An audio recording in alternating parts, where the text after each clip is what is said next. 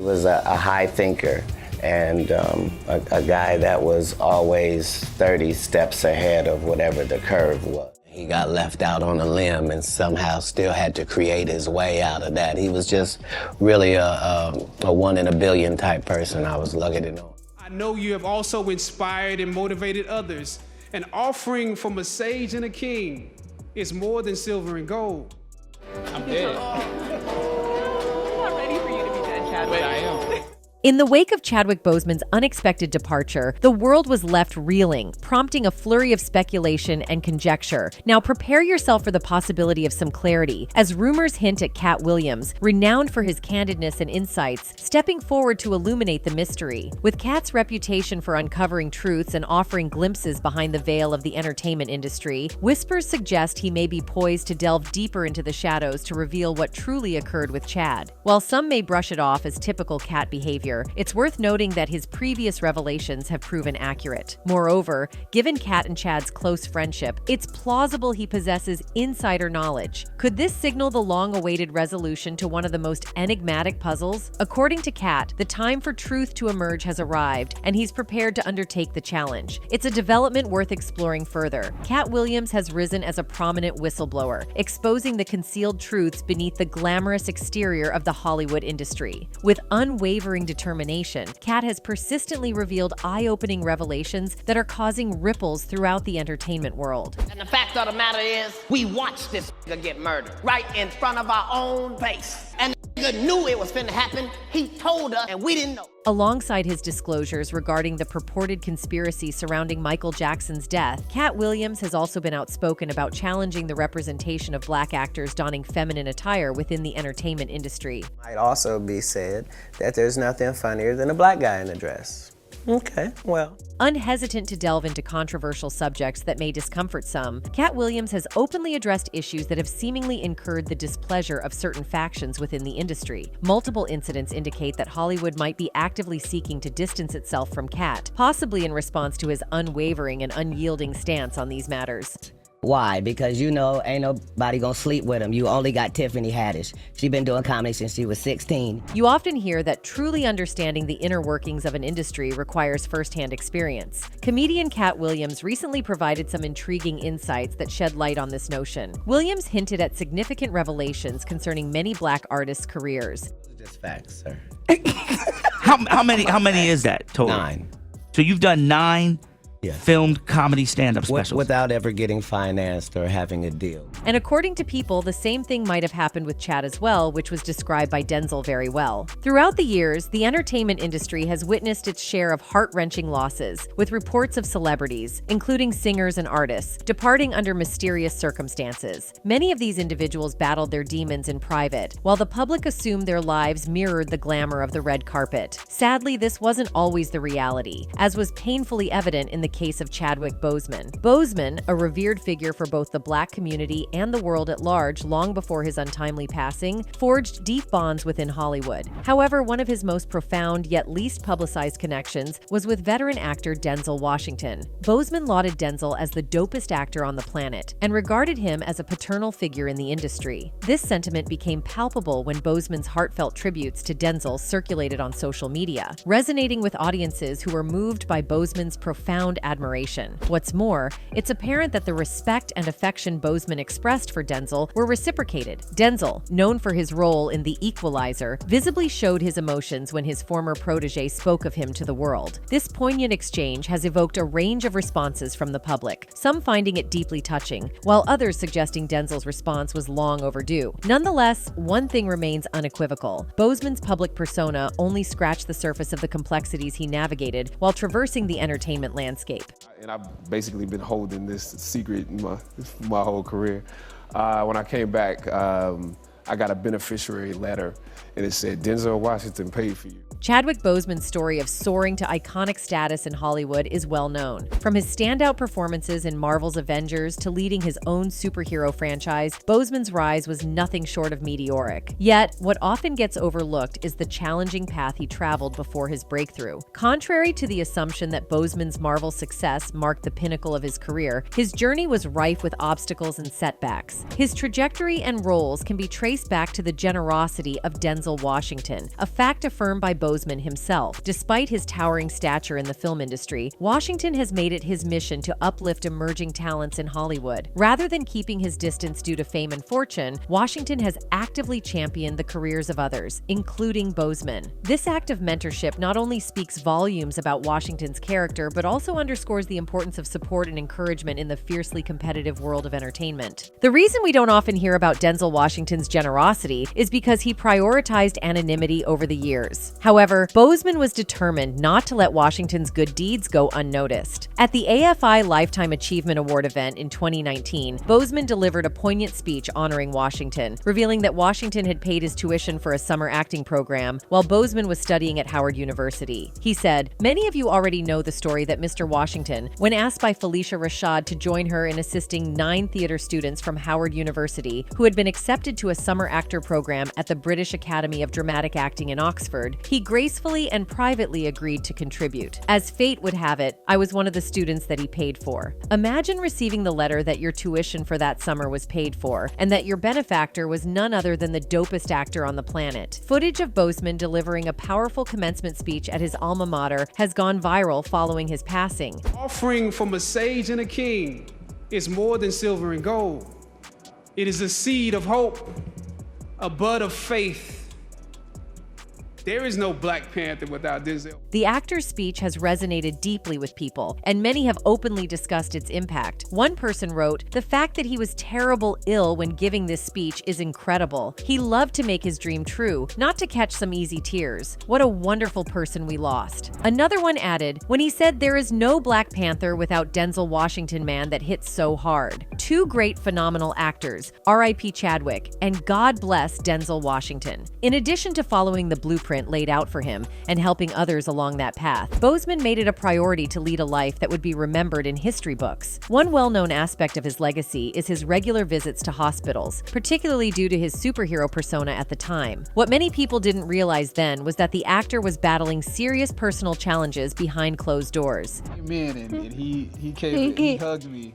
It's like literally, I think it's the best response I've ever gotten as far as the character goes. So, thank you. Indeed, when Matt Maggard, father of Hayden Maggard, a child visited by Boseman during his hospital visits, learned on August 28, 2020, that the actor had been battling cancer during their encounter, he was overcome with emotion. Unless you've been there, it's hard to comprehend the weight of going to St. Jude and seeing these children in such a state, Matt expressed tearfully. For a healthy person, it's shocking enough, but for someone already fighting their own battle for 2 years to confront that reality, it's simply extraordinary. Boseman's roots trace back to Anderson, South Carolina, where he was raised alongside his 2 older brothers by their parents, a mother who worked as a nurse and a father with roles in agriculture and upholstery. Their home was a haven of cultural and historical literature, which Boseman eagerly absorbed, finding inspiration in the stories of remarkable people of color. At just 12 years old, he delved into the autobiography of Malcolm X, borrowed from his older brother. Beyond his artistic talents in drawing and sculpting, Boseman was a competitive basketball player, often challenging his elder brother Derek in sports. He admired his brother Kevin, who immersed himself in dance and acting, igniting Boseman's own passion for the arts. He loved to sing. We sang together. He was just full of passion. He loved people. He loved kids.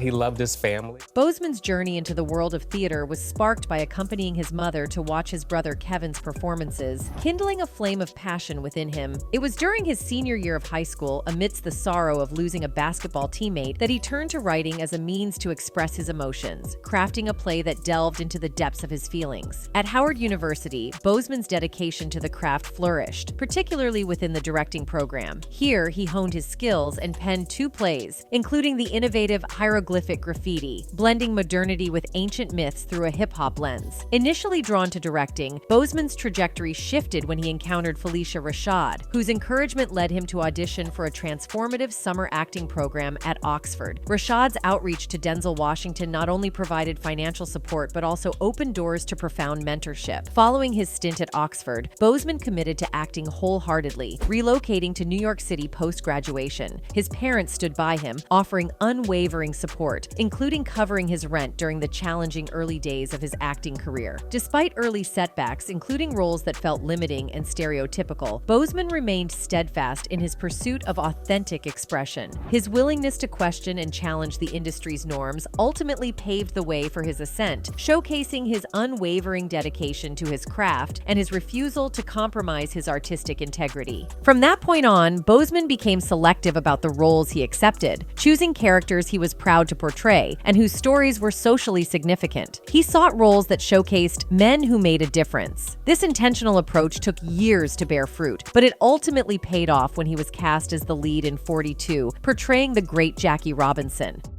Around here assuming that the black characters in the show are criminals on and deadbeat parents, then that would probably be stereotypical. Boseman's commitment to his craft was extraordinary. He immersed himself fully in each role, embodying the characters he portrayed with meticulous dedication. From learning baseball to channeling Jackie Robinson in 42, to mastering dance to become James Brown in Get On Up, and embodying the iconic Thurgood Marshall in Marshall, he showcased his versatility time and again. However, it was his portrayal of T'Challa in Black Panther that solidified his status as a cultural icon. Even in the realm of superheroes, Boseman sought to infuse humanity into his character. A pivotal aspect of this was his insistence on using an African accent for T'Challa, despite initial preferences from Marvel for a different accent. For Boseman, this was non-negotiable. He saw the accent as integral to authentically representing T'Challa's heritage and cultural identity. In an interview with The Hollywood Reporter, he explained his stance, emphasizing the importance of staying true to the character's roots. "It felt to me like a deal breaker. This is such an important factor that if we lose this right now, what else are we going to throw away for the sake of making people feel comfortable?" His steadfast commitment to preserving the character's authenticity resonated deeply with audiences worldwide. Following its release, Black Panther swiftly became the highest-grossing superhero movie ever in the United States. Despite the immense demand for his talent, Boseman remained selective in his choice of projects, carefully considering the stories he wanted to tell through his roles. "You become more and more selective because you realize how much it takes out of you," Boseman told Hunger magazine in 2017. "Some days you come home and you realize there's this extra psychological energy that you've been using to stay in that place for an entire day. You feel the fatigue of carrying around this other way of thinking, this different body, this different life. It can be emotional, it can be physical, and sometimes there's a little bit of trauma with that. By the end of the process, you just want to get to the place where you're no longer carrying the weight of that person. So when you choose the roles, I think you're very selective about it because you value your time on this earth. It's so valuable because you're spending 4 or 5 or 6 months with this character, if not longer. You make those choices very, very carefully." Well, theories also circulated that Boseman died right after receiving his Oscar, and people could not stop relating to the Oscar curse about which Denzel has also talked. Just like Boseman was focused on rewriting stereotypes about Black people through his roles, Denzel Washington has been fighting that battle long before Boseman entered the scene. It appears that Boseman may have learned many valuable lessons from Washington. Over the years, Washington has been vocal about the racial challenges he faced on his journey to stardom, from being overlooked at major award shows due to his race, to experiencing discrimination while filming in his own country, and even being subjected to racial slurs. I got a part in a movie in 1986.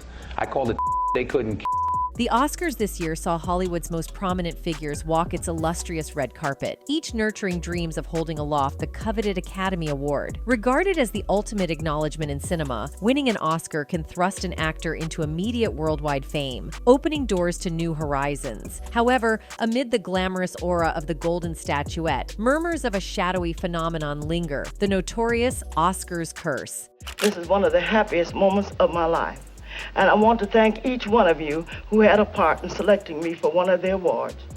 For your kindness, it has made me feel very, very humble." The extensive list of actors who've experienced the Oscars curse is indeed surprising, stretching from Hattie McDaniel to Morgan Freeman. It's curious to observe that the Oscar accolade hasn't always translated into positive outcomes for many Black actors. The Academy's tendency to favor weighty, dramatic performances, often in what's termed as Oscar bait projects, sometimes overshadows the artistic merit of comedic acting. Even within serious roles, Black actors often find themselves typecast into portrayals of slaves, individuals in feminine attire, or characters enduring oppression, which can be a restrictive and limiting representation. Firstly, Eddie Murphy has only received one Oscar nomination, and it was for his role in Bill Condon's musical Dreamgirls. Murphy himself has acknowledged in interviews that he may not have exerted as much effort in that film as he does in most of his comedic roles. One performance that remains critically examined in hindsight is Eddie Murphy's work in The Nutty Professor, where he employed makeup and prosthetics to portray the entire Clump family. A similar technique was utilized in the Coming to America films, notably in the iconic barbershop scene.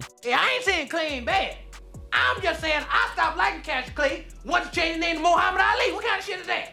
During a conversation with Coming to America director Craig Brewer on the Real Blend podcast, the topic of Eddie Murphy's repeated snubs by the Academy arose. Brewer shared his insights on why this pattern persists, expressing his frustration, saying, "It really bothers me, and I feel that it's even more stilted against Eddie because the problem that I think people have with Eddie is that they think that it's easy for him. I'm sure there are many things in Eddie's life that feel easy, but what people don't know is what I see, which is him sitting in his chair, in makeup, he's putting on music, he's getting into a place, he's rehearsing these lines. You see him where he doesn't fool around on set. When you're in between takes, he goes to his chair and you see him get into this trance where he is working and working and working. There's craft there. And I worry that people think that like, oh, well, Eddie's just showing up and being funny like he's always done. And that's just not true. Yes, he's showing up and being hilarious, but it's not like he's just flipping a switch. Fans believe that it's indeed an unjust evaluation of comedians, and Eddie Murphy is not the sole funny individual to be overlooked due to the Academy's reluctance to fully recognize comedic talents. One person wrote on the internet, "No one ever said Hollywood had morals. The award bid is true. The 1995 movie Heat had one of the most realistic gunfights ever filmed, and it didn't even get a nomination for the Oscars." Another one added, "For award shows, it's also about campaigning and which studio will spend the most money to wow the jury, like Weinstein famously did. And you didn't talk about the pedophilia problem concerning chid actors." Craig Brewer pointed out the year of Kevin Kline's Best Supporting Actor win for A Fish Called Wanda as a case in point. However, despite such victories, many exceptional comedic performances, such as those by Kristen Wiig or Jim Carrey, often don't make it into the Oscar race. I knew that we were going to have that as well, because you're seeing people that you haven't seen in a long time. I mean, I even remember doing like this push-in on Arsenio Hall. Craig Brewer expressed the view that when you talk to any dramatic actor or actress, they tend to share a common sentiment. According to him, comedy is significantly more challenging because it lacks the immediate feedback of laughter in the room, requiring a quiet atmosphere. Comedic performances demand a deep understanding of timing and the ability to engage with an audience that isn't physically present. Brewer believed that comedy often involves a higher level of awareness and craftsmanship, depending on the material, in comparison to some dramatic roles where characters may resort to more straightforward emotional expressions, making them relatively easier to portray. Make these films so great. The comedy is funny because the drama's real. And I think that at the end of the day, Coming to America is about family, especially this one, considering his daughter's in the movie. I'm very pleased that you mentioned that. The Oscars have faced criticism for not being inclusive towards Black actors, with several controversies tarnishing the award show's reputation. One notable incident occurred in 2019 when Kevin Hart stepped down as the Oscars host due to the resurfacing of past homophobic tweets. Furthermore, the #OscarsSoWhite campaign has called for increased diversity and recognition of people of color and marginalized communities within the industry. This has led to a perception that Hollywood's prestigious Walk of Fame now resembles more of a walk of shame due to its lack of stars representing diversity.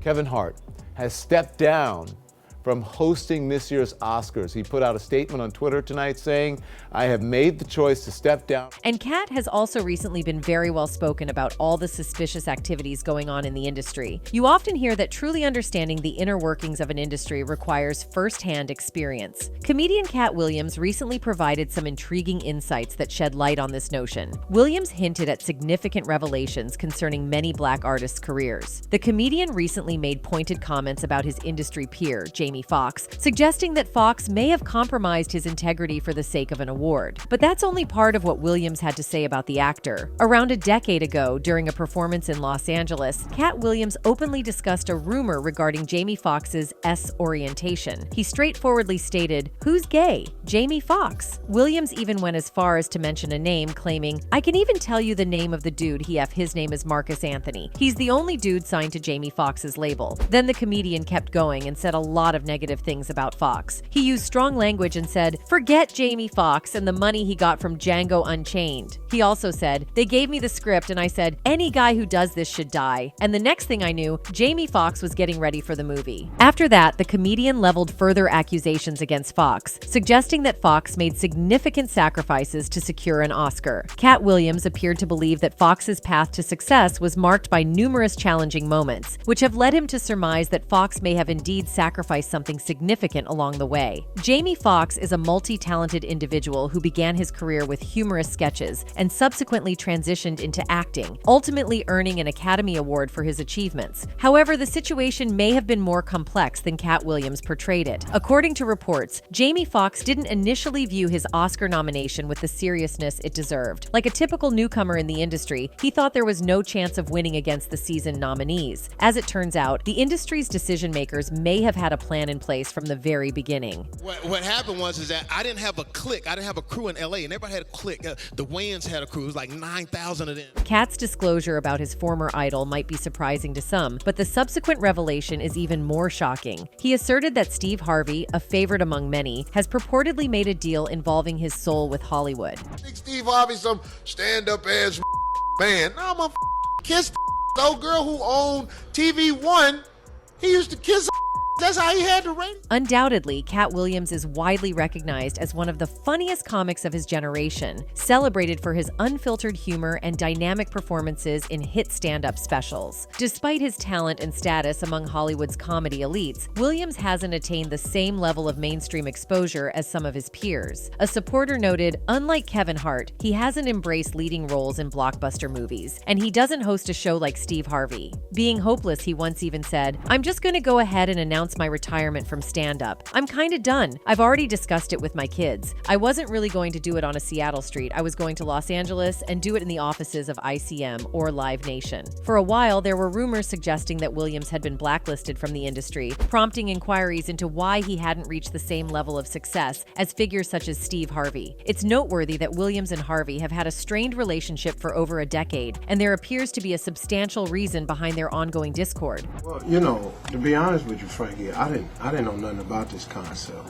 When the promoter told me about it in October, I shot it down, because that ain't how I've ever promoted a show. To trace the origins of their feud, we must revisit December 2008 when Katt Williams publicly criticized Steve Harvey before a Christmas season show. This incident marked the initiation of their conflict, which has endured for over a decade. It's worth noting that both Katt Williams and Steve Harvey have been involved in disagreements with other comedians, and this particular instance was no exception. Even one of his fans wrote, "I haven't liked Steve Harvey anyway, so this just confirms my feelings. I do trust Katt though. He delivers messages with such wisdom, and I just feel in my gut he's the real deal. He's definitely one of my favorites." Another one added, "Katt is solid at battle comedy. Steve is household, but household doesn't usually mean funny. Household means you're big and funny enough for them to take a bet on you. You won't venture too far off the plantation with your act, and your stature makes you hard to argue against, even if you are wrong. Katt is like an Italian sports car. His humor is fast and maneuverable. He's like Ali, he hits and move. Given a choice, I'd rather fight with Steve more than Katt." According to Katt Williams, Steve Harvey's public image may not be as positive as it appears to some. Depending on who you talk to, Harvey is either celebrated as one of the funniest individuals on the planet or viewed as a celebrity with a less than stellar reputation.